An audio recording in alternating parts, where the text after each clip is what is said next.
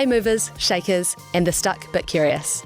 I'm Freya Gordon, and this is Good Shift, the podcast that helps you figure out what's next in your career and make a move with confidence. Belinda Price went from booking other people's holidays as a travel agent to running 680 cows on dairy farms in Taranaki. But her most unexpected career move came after winning Fonterra Dairy Woman of the Year in 2021. The award came with a $20,000 scholarship. After months of uncertainty about how to use it, she enrolled in a diploma of positive psychology. During one session, the instructor mentioned something called a death doula.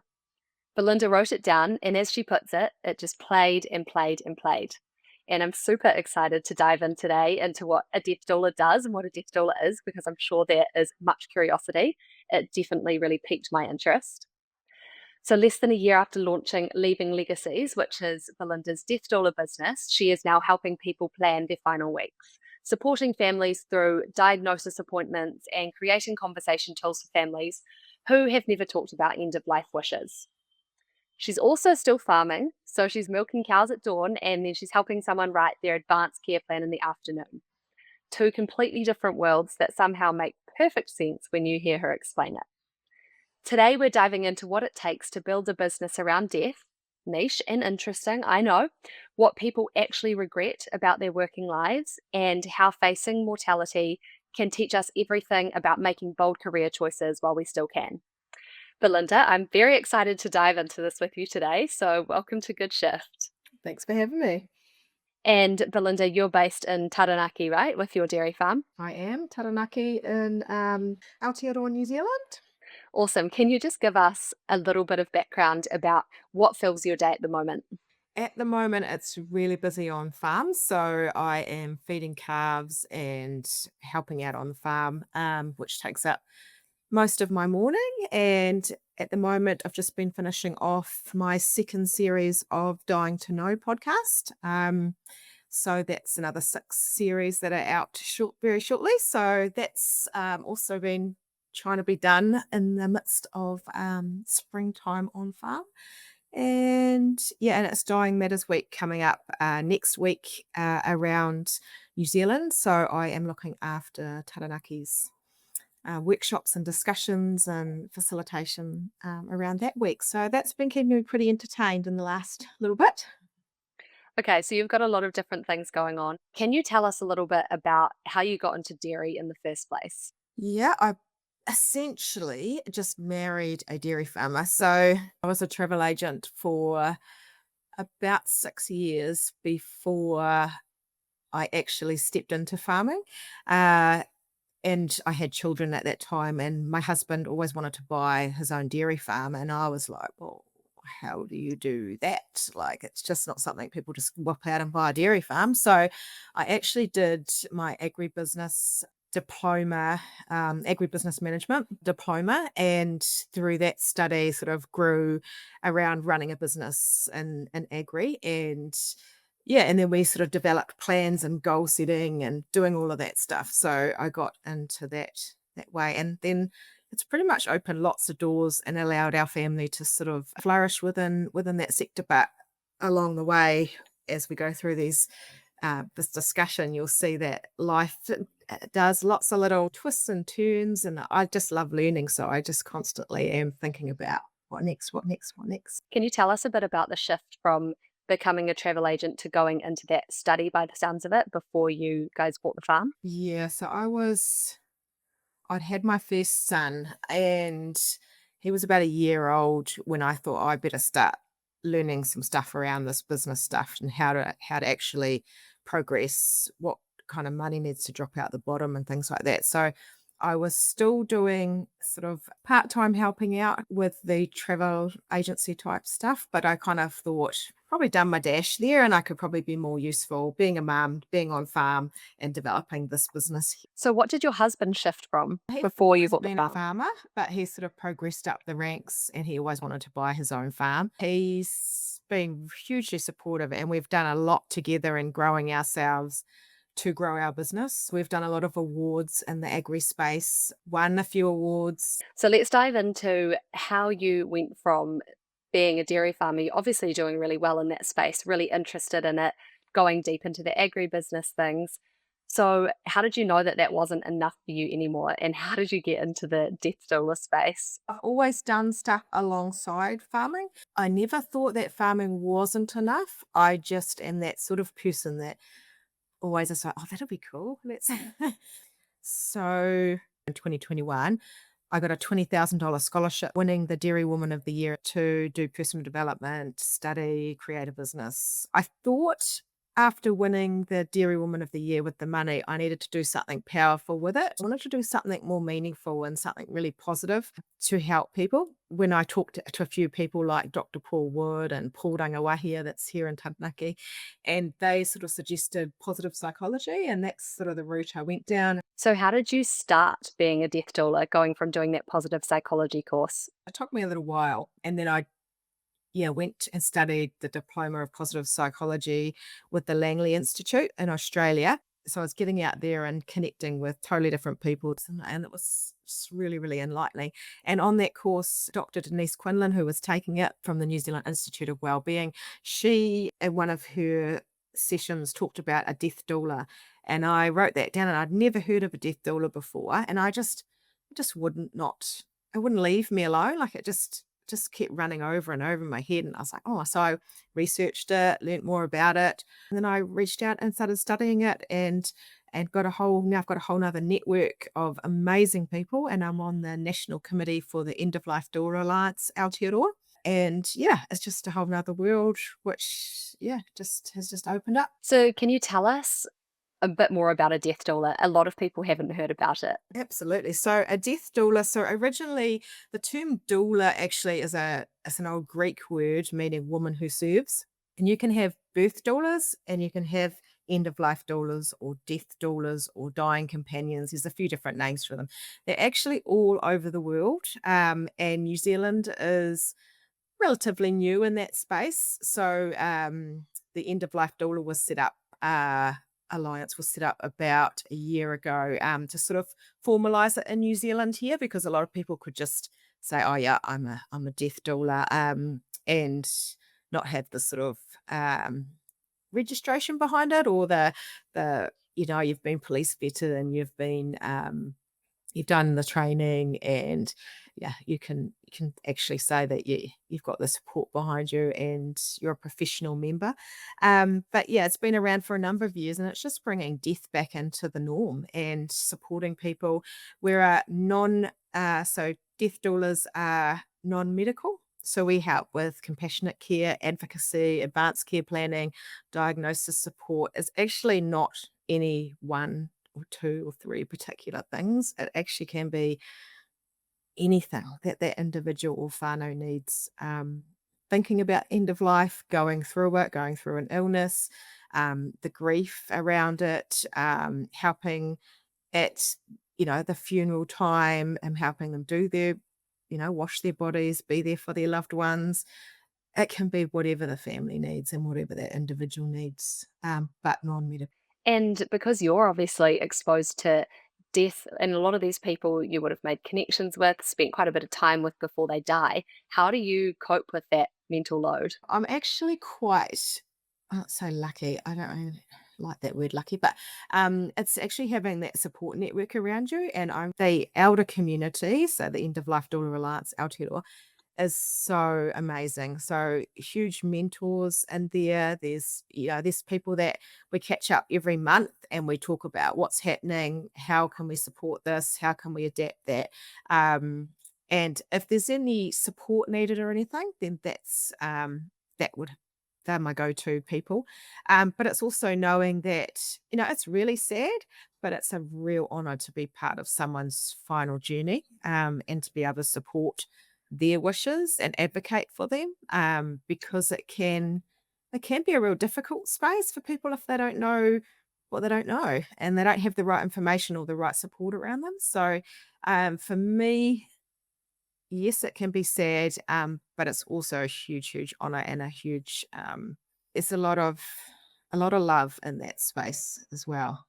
And from what I understand, your role is amazing to help families, obviously, discuss death and sort of bring it to the forefront and to help people with that and help with all the arrangements, but also for people who maybe don't have that family support and are on their own going through death and trying to figure everything out. Is that right?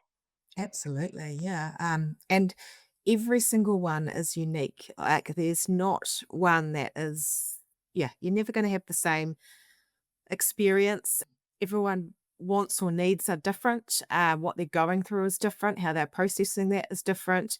Their grief is going to be unique. So yeah, it's just being able to support whatever the needs are for that individual and for that family. And it might just be going in there and being with them as they get a diagnosis and then being able to communicate that with people that need to know. It might be preparing an advanced care plan with the person and yeah, being an advocate for them with their doctors, like being able to make sure that that information is, you know, in the and that circle of support that needs. So whether it's with hospice or whether it's with their doctors or whether it's with their whānau or any other stakeholders and that they need at that time as well. Helping them plan funerals or do something themselves or if they need to, write letters and especially particularly if they're younger, they want to leave something behind. So they might want to write letters to their children. If they're gonna hit milestones or things like that as well. So, death doulas or end of life doulas can help, you know, navigate a lot of that stuff and help or have you and they can research things as well and say, "Have you considered this?" And, yeah, just be a guiding light in a really difficult time for many. And when you were going down this path, did you have a fear that anyone would think that you're doing something pretty weird or grim? Lots of people sort of like I remember telling my father actually, and he was like, "What?" Why's he gonna want that? He's actually come around a lot. Yeah, and I think when people first hear it, most people are like, "Well, what's a doula?" And then you'll have to explain that. But yeah, you're always going to get judgment, and you're never going to be everyone's cup of tea, and that's okay because you don't have to be. There's plenty of people that will like your tea. Um, but yeah, I think you just have to just keep steering your own path and yeah, working forward. And there's a huge need out there. There's no doubt about that. In that space, it's getting severely under resourced and underfunded, and people need support. While I've got you here, I want to ask you, can you give us a few tips from your experience as to what to say or what not to say to people who are grieving or going through something like that? Yeah, there's a couple of words there. Some of them are like, well, at least, da da da da da. At least you can get pregnant. So if someone's had a miscarriage, for example, so I've had this personally, oh, at least you can get pregnant. Oh, it's just at least, you could try again. And it's all those things that kind of push it down and um yeah, those kind of things. And like, let me know if I can do anything. Those kind of things are like you're in a totally different crazy grief world where it's all over the place. Your emotions are all over the place and you've just got to process each one as they come in. So yeah, don't say let me know if and don't say, oh well, at least um da da da da da. So I'd be, yeah, just show up if it's ringing every single day at 9:30 in the morning or whatever time it is, whether they pick up or not. They know that someone's there. Bring the food over. You might not know what to say, but that's okay. It's just showing up, really. And yeah, and don't try and say, oh, well, at least they've had a good life, or oh, at least now they're with Auntie Margaret or whatever, because I really want them there with them. So those kind of comments are kind of unhelpful. I know they probably come from the right place. But yeah, yeah, I think just being there, if it's just holding their hand, giving them a hug, making them a cup of tea, ringing every day, checking in, those kind of things. People know that you're there and it's not just a quick "Oh, yep, done that for the week now, and move on." It's more longer term. That's so helpful, and I know that I've definitely said those things, so I'm really happy that you have brought that to my attention. Yeah, yeah, and it's just Yeah, you I feel it recognizing it when you do it, and you're like, "Oh, I should have said that." Yeah, because I totally understand that, how it's actually just really not a helpful or potentially a painful thing for them for you to say, so good to be aware of those. Thank you for sharing those. Okay, let's dive into what you've learned from being with people in their final weeks or months. What do they wish they'd done differently with their lives? Have you had any consistent themes coming through there? I think I'd probably go along with the 5 regrets of the dying. I don't know whether you've heard of that or not, but so many people that have worked I have, but I don't exactly know what it is. So yeah, please explain it. so many people that have worked alongside the dying for a number of years actually all have come sort of the most popular things that come through, or the biggest themes that come through. uh, One, I wish I'd lived a life true to myself and not the life others expected of me. So actually just living Love it. to your heart. Number two, I wish I hadn't worked so hard. Yeah, likes the reflection thing. And number three, I wish I had the courage to express my feelings. Number four, I wish I had stayed in touch with my friends. And the last one was, I wish I had allowed myself to be happier. That's And do you think that those thing. really match up to the experience that you've had with people as well? Yeah, I think so. Those are the sort of key themes, but obviously there's uniqueness in each person. So, but those are the key themes that sort of come out. Have I lived my life true to myself? Have I worked too hard and not spent enough time with my loved ones? Have I expressed myself in the right way, or have I let people navigate the way I have lived? Yeah, those kind of things, I guess, yeah, are top of mind. I like what you're saying about have you expressed yourself? Have you done what you really want to do? That sort of comes back to what we were talking about when I asked if there was judgment around you moving into the death doula space. And you just saying, look, it's not everyone's cup of tea. And I think that's something that is so prevalent in people thinking about making a shift, but not wanting to do it because they don't want to put themselves out there if it's starting a business and they're worried about what people will think, or leaving their job, whether that's been like a doctor or a lawyer, and worried about what people will think. And there's all this thought about judgment, especially from people that we don't know. Like if it's on social media, for example, worrying about what people who you don't even know that well are going to think about what you're posting on Instagram or what you're saying on your LinkedIn bio. So I think that's a really good one. It hits really deep. And I love that there's these things that we can reflect on while we're still living and have the opportunity to, use all this time that we have. Yeah, absolutely. Yeah, reflection is an amazing thing if you've got time to do it, right? Totally. And that's another consistent theme that I think comes across in this podcast is that taking the time to reflect is what helps people align with what they want to do so much. But so much of the time, we just don't take the time. Life is so busy. We're all over the show, and we just don't take the time to think about what we actually really want. So, a good exercise for people, I think, would be to like take those questions away. What are they called? The five what of 5 dying? regrets of the dying. The 5 regrets of the dying, to take those away and just reflect on how they make you feel about where you're at with things at the moment, and is there anything that you can be exploring or doing differently to make sure that you get more aligned with where you wanna be, answering those questions later on. Yeah, absolutely. Is there things that people particularly say that they wish they'd been braver about in life? I think that's a real unique one as well to each person. Don't know about braver, but I think it probably aligns to some of those 5 regrets of the dying as well. Um, Whether they'd, yeah, stood up for themselves enough, whether they'd put themselves first enough, taking care of themselves first instead of everybody else around them. But yeah, I don't know. Braver, I don't know. And that's, yeah, real individual depending on people's circumstances. Yeah. I think most people are pretty brave. They just don't realize how brave they are. That's true. We definitely sell ourselves short a lot.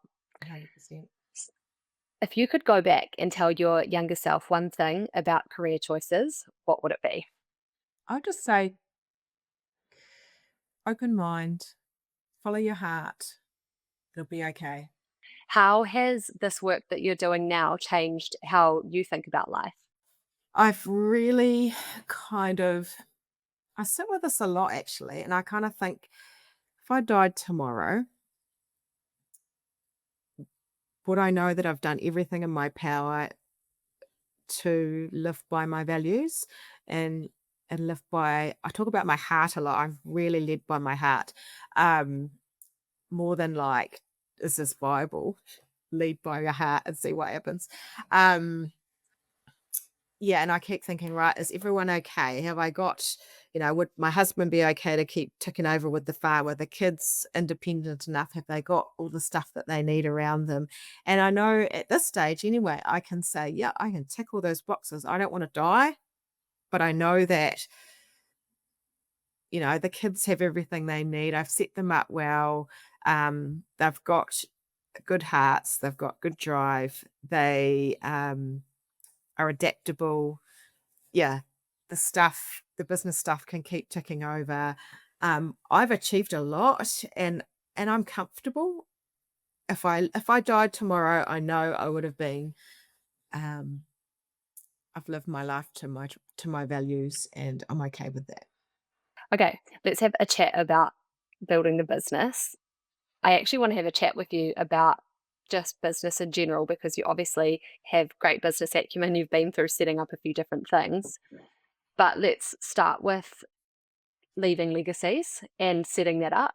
So, how did you test whether that was viable before jumping in? You obviously went and did the study, all the certs to become a death doula, and then I assume you set up your business from there. But did you just sort of cross your fingers and hope for the best and know that was something you were passionate about? Or did you test the market for this in some way and test that it was a viable idea? I saw what was out there currently and connected with those people and had chats with those people and knew that okay it might be a slow burn this, but it's okay because I've also got something else on the other side that can help fund what I want to do and what I want to achieve. And I probably went in a little bit fast and furious, but that's just how I operate. Like I didn't just start leaving legacies and it's an end of life doula business. I created products to sell. I went off and did biographies for people, which is, it's not all it's aligned, but they're different. Whereas, I probably could have just started just being an end of life doula, setting up a website. I did go and get some strategic planning assistance. So we sat there and we worked out a plan for the next 12 months and how we were going to um, kick off the business and have some different aims and goals and things like that. And it has played out mostly okay. But yeah, it's one of those things. It comes when it comes. It's not like you can just go, right, I'm going to have 2 clients this month and da da da. It's when it comes, it comes. And sometimes I have to step back and just be a little bit patient and know that it'll come when it's supposed to come, when people need me. I'm sort of gathering that for the work you do, being a death doula, because obviously you don't know when you're going to have people, as you're saying, that you're not needing the income directly from that because you have other things going on. Is that right? Because otherwise, I can imagine it could be quite stressful Yeah. not knowing when your funnel is going Yeah. to fill up. If that was my sole income, I, w- I probably wouldn't be able to do it. Yeah. Um, Without anything else, I guess. Yeah. So I'm blessed in the fact that I have got other income streams as well. Yeah, and you'll be busy sometimes and sometimes you won't. So yeah, you have to be mindful of that. And a process or a journey with a client can be weeks, days, can be a year. It varies depending on who you are working alongside. So yeah, it's a bit of a it's not a straight line business. And do you have to close your books if there's too many people coming through at once? I can refer if my books were too busy. You can only take on so many people at a time. Otherwise, you're just not going to be able to give them what they need, and that's not right in my book. So yeah, there's other people that I can definitely they can be referred and things like that. So they would never be not helped and not looked after. What were the biggest obstacles that you faced in setting up this business? Jumping in. Um, Probably myself and my own self-doubt and my little imposter syndrome and my willingness to just jump in boots and all and have a go. Because I've always got the right team around me. I always know if I need help with a website, if I need help with accountancy stuff, I've got all those people. It's just actually stepping forward and doing it, really. How did the imposter syndrome show up for you in leaving legacies? It's like, "Oh, but what if no one comes?" And, "Oh, what if" it's like, "This is silly. No one's gonna support this," or "You're putting too much money into something that you don't know anything about," um, and it's instead of going, "Oh, you've got the skill set for this. You've done the training, you've done the hard yards, you've set it up really well, you've got the right support around you, see what happens." It's more the probably the what ifs more than anything, like, and there's other people more qualified than you. And that's like, yeah, there always is going to be.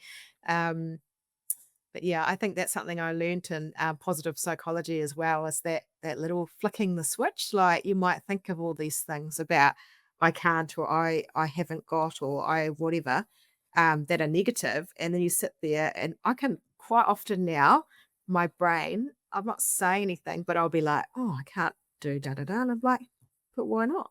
I've done that. Like, and so my brain actually will switch from the negative to the positive in my thought process now, where I never used to do that, but I can actually do that now. It's just acknowledging that that's there, but it's actually just your thought process, and it doesn't have to be. You don't have to listen to it and be led by it. I love that you're talking about reframing those limiting beliefs because it is funny. It's typically the less concrete things that are not going to happen that we really latch onto that stop us, as opposed to, like you said, I've done the cert, so I'm qualified, I'm really passionate about this, whatever that may be. And then you're thinking about all the things that are the less real things. So it's always good to take the time to stop and reframe. And it's super impressive that you've managed to flick your thinking in your head from I can't to I can do this. Is there anything else that you've learned, like in your positive psychology course or in setting up businesses or all the experience that you have that you can impart to people who are struggling to make that jump themselves? Yeah, some key kind of things that I learnt were around, and there's an app, I think it's called How We Feel. That was really useful, and just acknowledging your emotions, because your emotions come to you for a reason. They're not there just to peeve you off or whatever. They are there. So we need to process those. And there was a really good app that you could do multiple times a day or once a day or whatever. And there are these quadrants of um, high energy, unpleasant, low energy, unpleasant, high energy, pleasant, and low energy pleasant. So you knew where your energy levels were. So it might be that you're like super buzzing and they give you a whole lot of words and you can click on that, or that you are really calm but really pleasant and you are feeling great. So those are kind of emotions that can put it into the box. And you could actually capture that over a period of time. And when you look back on that, it gives you so much information. What time of the day was that? Who were you with when your emotions were not where you wanted them to be or something was happening? What kind of environments were you in? So I learned a lot about where I was feeling very uncomfortable and where I was getting my juices from, where I was like thriving and what kind of people I was around and so that was really, really helpful to understand my emotions and when they come in and what was that meaning for me and what place was I at and how did I get out of that? And then when you start acknowledging it, you can change it and you can put way more words around your emotions as well. So you're not just sad or happy or angry. You're I don't know, they had all this surprised and, joyous and, you got way more emotions than just your normal. whatever, stock standard. And so that was really cool. The other thing that we had to do in there was we had to send off a letter to all to about 20 different people, I think it was, and get responses back from them. So I did employees, past employees, family members, friends from way back in childhood to current, and you collated them all, and they were asked to tell you about good things that you did, what kind of person you were, what they valued in you, what they saw as your strengths, all those kind of things. So we never actually received this information. So to get that information, to collate it down to your top strengths that people saw in you, what they valued in you, and how important you were to them, was so, so powerful. And I don't think we do that enough. Um, in people. Like, we're always very quick to judge, but we're not quick enough to say all the amazing things that person means to you or they did for you, or because that's the other thing as well. Like, it's too late once they're gone to tell them that you changed my life for the better, or you stood up for me, or oh, what you did for me back in school, like that kind of stuff is so powerful when you see 20 odd responses like that sitting in front of you from people that mean something to you. Very cool. So those are real cool things, and I think you can really use that to figure yourself out before you start jumping into to what you're passionate about, because then you've got your values. You know your values, and you don't cross those, or you create the boundaries as well that you probably didn't have or didn't know you have, or you need to have around you. Yeah, those were some really cool takeaways that I've kept with me, which I think are really powerful for people to, and they Yeah. creating different things around themselves. Yeah, those are awesome. I love the letters because people who are wondering about what to do for their next career jump, like let's say people are not enjoying their jobs and trying to figure out what else is out there for them, I think it could be really cool to use the letters, go out to people and get them to come back and like tell you what they see your strengths as being, because it's great to be able to try and identify your own, but sometimes, especially when you're feeling really stuck, you just don't know, and it's really hard to like see the forest through the trees or the wood through the trees, whatever the saying is.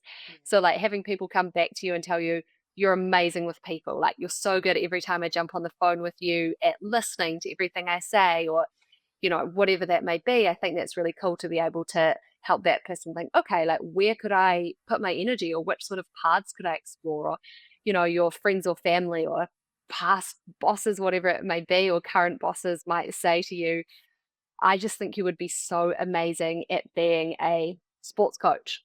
And they may not have really thought about that, or may have thought about it, but not really had the permission themselves to like feel like they could explore that avenue, because maybe they felt like they were going to be judged or it was going to be not the right thing. So I think the letters could be really cool for that too. And that's the same thing with what you're saying with the app as well. What was the app called? How I feel, I think it's a free app. There's quite a few different ones that you can download and just use. So I've just used it for a few months, and you can get your kids to do it as well, so they can know how, just to explain their emotions more as well and understand them and why they're there and why they might be showing up for that person. But yeah, and just with the letters, like, you can ask so many different people, so many different networks, but yet the themes come back the same when you boil it out down to a few words. Yeah, the themes are the same, which is not something you'd sit there. You might think, oh, yeah, I'm organized and I'm this and I'm that. And then you see them, other people have told you all these different things, and you're like, oh, I actually didn't fully notice that about myself, or yeah, that you're not aware of those things necessarily. So it's a very cool process. Yeah, and I think the app could be great if people are thinking about what they might want to do next, or they're in their current job, like going in day to day, wondering how it's making them feel. If they want to explore some things, maybe they want to take a short course on something they're interested in, let's say a pottery course or something. How does that make them feel? Figuring out those things and those quadrants and stuff. So I love that. I think those are two really powerful tools. And something that I was actually wanting to do a episode on was about how people can support like a partner, a friend, a family member who is going through a career shift themselves. And a lot of that going through a shift is feeling stuck, knowing they don't want to do what they're doing, but not knowing what they want to do next. So I think being able to pass those two tools onto them is really epic resource. So we'll definitely put those in the show notes.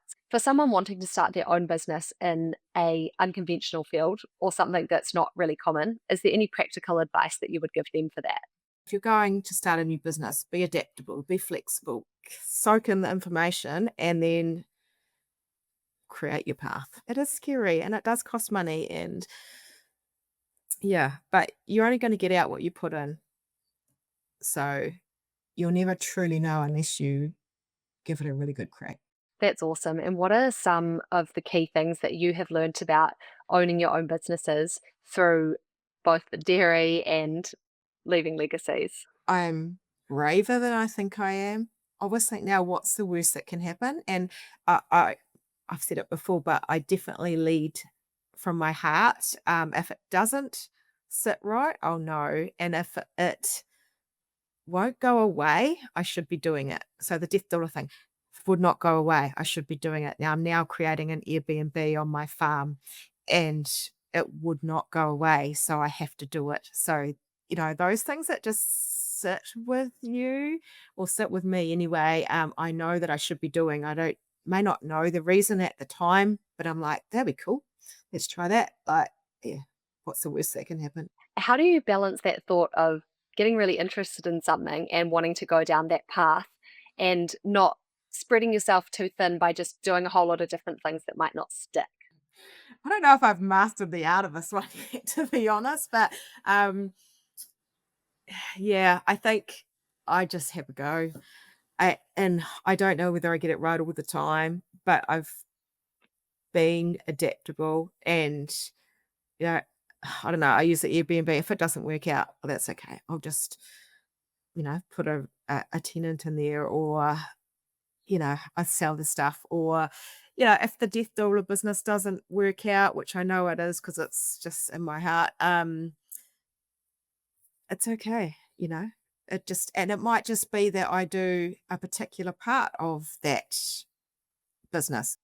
Okay, let's dive into a few quick fire questions to close out. Is there a resource that you'd recommend to people that have helped you make bold shifts in your career? I listen to podcasts and books and things all the time, so there's nothing, no standout ones, but the diploma in positive psychology, sorry, is the biggest driver that's helped me adapt and create this new version of me and my passion, and it's kind of opened so many different doors. So and the other thing that I found really interesting was just these online courses. So the University of Canterbury did one on micronutrients and brain health, so things like that you can just pick up little tidbits on, and how important feeding ourselves, and I mean feeding ourselves holistically in terms of being the best version of ourselves in terms of brain, gut, spiritual, emotional, um, then we're really to create big things out there if we're okay.